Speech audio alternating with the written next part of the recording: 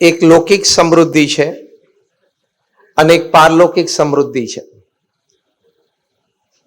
જ્યાં કોલફિલ્ડ છે તમારી લૌકિક સમૃદ્ધિ છે, પણ જીવન જીવવા માટેની સાત્વિક વિચારધારા, એ વિચારધારા સાત્વિક અભિગમમાં પ્રવર્તે, એ સાત્વિક અભિગમ દ્વારા એ સાત્વિક વર્તનનું નિર્માણ થાય અને આપણે આપણું 70-80 વર્ષનું આ જીવન એ સૌંદર્ય ભર્યું બનાવી શકીએ, એને જીવન જીવ્યા કહેવાય. એટલે મને એક એવો વિષય આપવામાં આવ્યો છે કે લાઈફ ઇઝ બ્યુટીફુલ. સનસેટ અને સનરાઈઝ બ્યુટીફુલ છે એવું આપણે ઘણી વખત વોટ્સએપ મેસેજમાં લખીએ, ક્યાંક ગયા હોય ને ફોટો પાડીએ તો ગ્રુપમાં મૂકીએ. કોઈ પહાડ ને વેલી, આજે અમે રાંચીથી બાય રોડ અહીંયા ધનબાદ આવતા હતા તો ઘણી બધી સરસ વેલીઝ અને ગ્રીનરી જોઈ, તો નેચર ઇઝ બ્યુટીફુલ. પણ લાઈફ ઇઝ બ્યુટીફુલ. જીવન આપણું સૌંદર્ય ભર્યું છે. એટલું બધું આપણા જીવન માટે ભગવાને અને સત્શાસ્ત્રોને વિચારકોએ આપેલું છે. જેમ કોલ ફિલ્ડમાં કોલ એટલે કોલસો છે, એ આપણે જમીનમાંથી બહાર કાઢીએ છીએ, ખોદીને બહાર કાઢીએ છીએ, ગહેરાઈમાં ઊંડાણમાં જઈને બહાર કાઢીએ છીએ. એમ આપણા હૃદયમાં, આપણા મનમાં, આપણી બુદ્ધિમાં ભાવનાઓ અને વિચારો પણ ભગવાને બહુ સમૃદ્ધ મૂકેલા છે. આપણા બાપ દાદાના સંસ્કારો પણ સમૃદ્ધ છે. એને ખોદીને બહાર કાઢવા પડે, ગહેરાઈમાં જઈને ખોદીને બહાર કાઢવા પડે, તો લાઈફ ઇઝ બ્યુટીફુલ. એટલે જેમ કોલ ફિલ્ડમાંથી કોલ કાઢીએ છીએ ને, એમ આપણા હૃદયમાંથી ઘણા બધા આવા વિચારો, કારણ કે સ્વામી વિવેકાનંદ કહેતા કે each and every solve is potentially divine. દરેકના હૃદયમાં અને આત્મામાં અનંત સદગુણો રહ્યા છે. તો જેમ કોલ ફિલ્ડમાંથી ખોદીને કોલ બહાર કાઢીએ છીએ, એમ આપણે જરા હૃદયમાં ખોદકામ કરીને આવા સારા સદગુણો જીવનમાં કેળવવાના છે. તો એ જીવન જીવ્યાનો આનંદ છે. તમને ખબર છે કોલ, ગ્રેફાઇટ અને ડાયમંડ સગા ભાઈઓ છે. They are real brothers. Call, graphite and diamond. તમે કહેશો સ્વામી તમે કોલ અને ડાયમંડ ને રિયલ બ્રધર કોઈ કેમ ચાલે? કારણ કે આટલો નાનો ડાયમંડનો ટુકડો, એમાં તો 5-15 ટ્રક ભરીને કોલ આવી જાય, વધારે આવી જાય. પણ છે સગા ભાઈ. કેવી રીતે? when you look from a scientific point of view, from the atomic structure point of view, કે કોલ પણ કાર્બનનો જ બનેલો છે અને કાર્બન સિવાય કાંઈ નથી. ગ્રેફાઇટ એ પણ કાર્બનનું જ બનેલું છે અને કાર્બન સિવાય કાંઈ નથી. અને ડાયમંડ પણ કાર્બનનું જ બનેલું છે અને કાર્બન સિવાય એમાં કાંઈ નથી. એટલે ત્રણેય સગા ભાઈ થયા કે નહીં?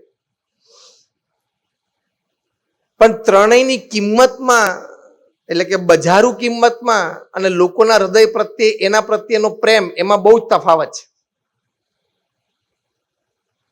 તમને અહીંયા કોલ ફિલ્ડમાં કોઈ કે તમને 10 ટ્રક કોલસો ફ્રી આપી દઉં, ઓપ્શન 1. અને ઓપ્શન 2, સુરતથી કોઈ ડાયમંડના મોટા વેપારીનો ફોન આવે કે એની સામે તને આટલો નાનો ડાયમંડ આપું, તો આપણે ઓપ્શન કયું રાખીએ? કિંમત જાણ્યા પછી ડાયમંડનું ઓપ્શન રાખીએ ને સર. એનું કારણ શું?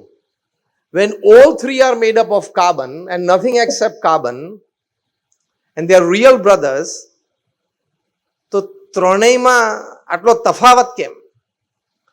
તો એ તફાવતનો બહુ જ સુંદર જવાબ મેં કહ્યું એમાં એટોમિક સ્ટ્રક્ચરથી છે. જ્યારે કાર્બન એટમ્સ બધા હેફેઝાડ ભેગા થાય ને, ગમે તેમ આડાવડા ભેગા થઈ જાય ને, ત્યારે ફાઇનલ પ્રોડક્ટ કોલ બની જાય, કોલસો. એના એ જ કાર્બન એટમ જ્યારે થોડાક ઓર્ગેનાઇઝ થાય, આ શબ્દો બહુ અગત્યના છે, થોડાક ઓર્ગેનાઇઝ થાય અને હેક્ઝાગોનલ સ્ટ્રક્ચરમાં, જે આપણે બેન્ઝીન રિંગ કેમિસ્ટ્રીમાં ભણ્યા હાઈસ્કૂલમાં, કે હેક્ઝાગોનલ સ્ટ્રક્ચરમાં ભેગા થાય ને, તો ફાઇનલ પ્રોડક્ટ ગ્રેફાઇટ બની જાય, જે પેન્સિલથી માંડીને ન્યુક્લિયર પ્લાન્ટ સુધી કામમાં આવે. અને એના એ જ કાર્બન એટમ્સ એ ટેટ્રાહેડ્રલ સ્ટ્રક્ચરે ભેગા થાય તો ફાઇનલ પ્રોડક્ટ ડાયમંડ બની જાય. ત્રણે ત્રણ પૃથ્વીમાં પ્રેશરથી બને છે. કોલસો, ગ્રેફાઇટ અને ડાયમંડ પ્રેશરથી. પણ એ પ્રેશર આવે ત્યારે કાર્બનના એટમ કેવી રીતે ગોઠવાઈ જાય છે એની પર ફાઇનલ પ્રોડક્ટ નક્કી થાય.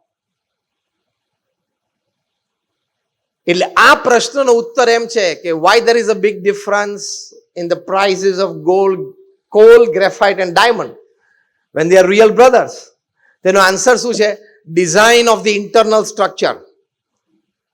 આંતરિક ગોઠવણીમાં ફેરફાર. કોલ, ગ્રેફાઇટ અને ડાયમંડની આંતરિક ગોઠવણીમાં ફેરફાર છે એટલે એની કિંમતમાં ફેર છે.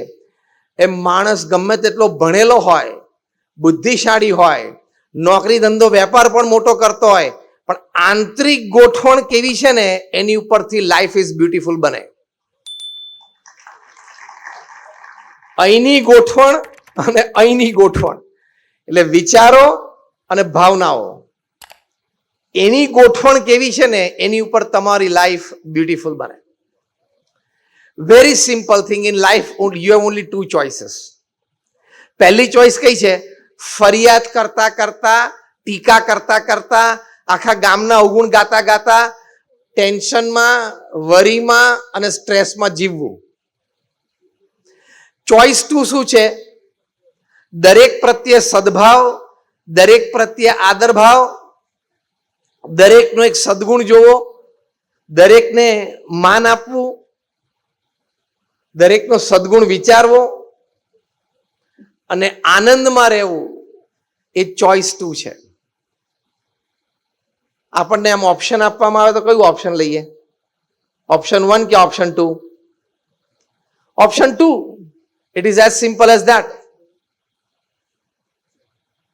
એટલે લાઈફ ઇઝ બ્યુટીફુલ માટે એક લાઈનમાં અત્યાર સુધી જે મેં વાત કરી એનો સારાંશ, આપણા વિચારો અને આપણી ભાવનાઓ, એમાં જેટલું શુદ્ધિકરણ થશે ને એટલો આપણને જીવન જીવવાનો આનંદ આવશે. Because at the end of the day life તો આપણી પોતાની છે ને.